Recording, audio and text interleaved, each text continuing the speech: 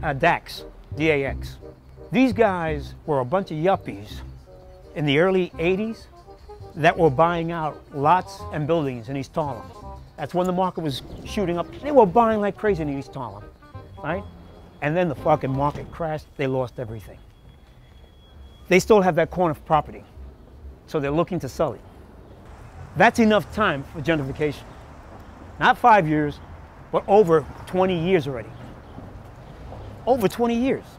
So they assume they're getting very close to it. And the only way it's going to really turn over is when we start losing the brownstones. Projects is the last thing. It's the brownstone right now. Me and my wife, Vanessa, we moved to the neighborhood 1.5 years ago. And I love everything about this neighborhood. It's so much better than the last one. But compared to the last one, we had a super in our building. And our building was a 18th century, 1800s tenement building.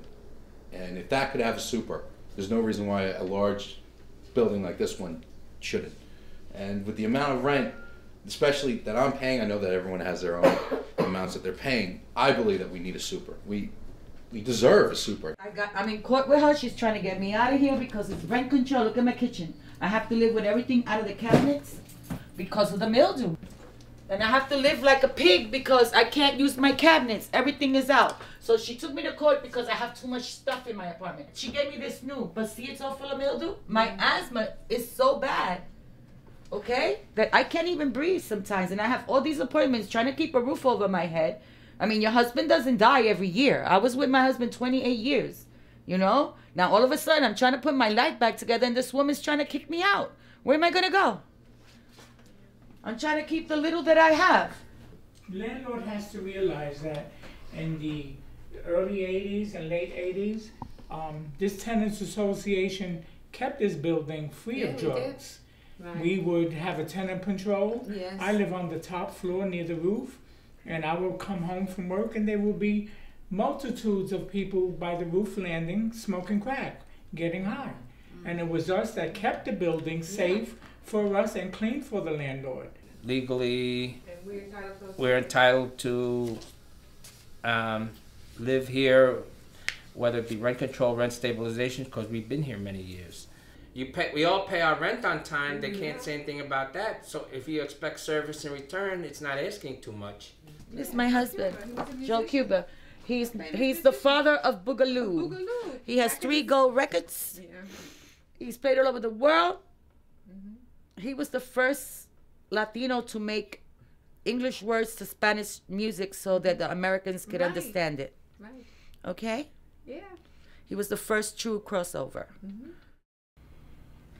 Missed the hell out of him.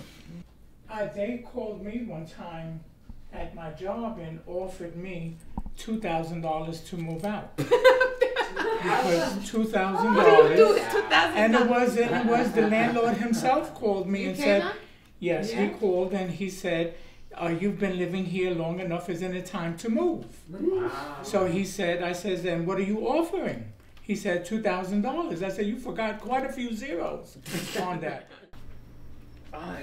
I'm so glad my husband's not here to see this. Okay? I'm so glad he's not here. But he would be proud that at least I'm keeping to my guns. I didn't run. As long as we stay together.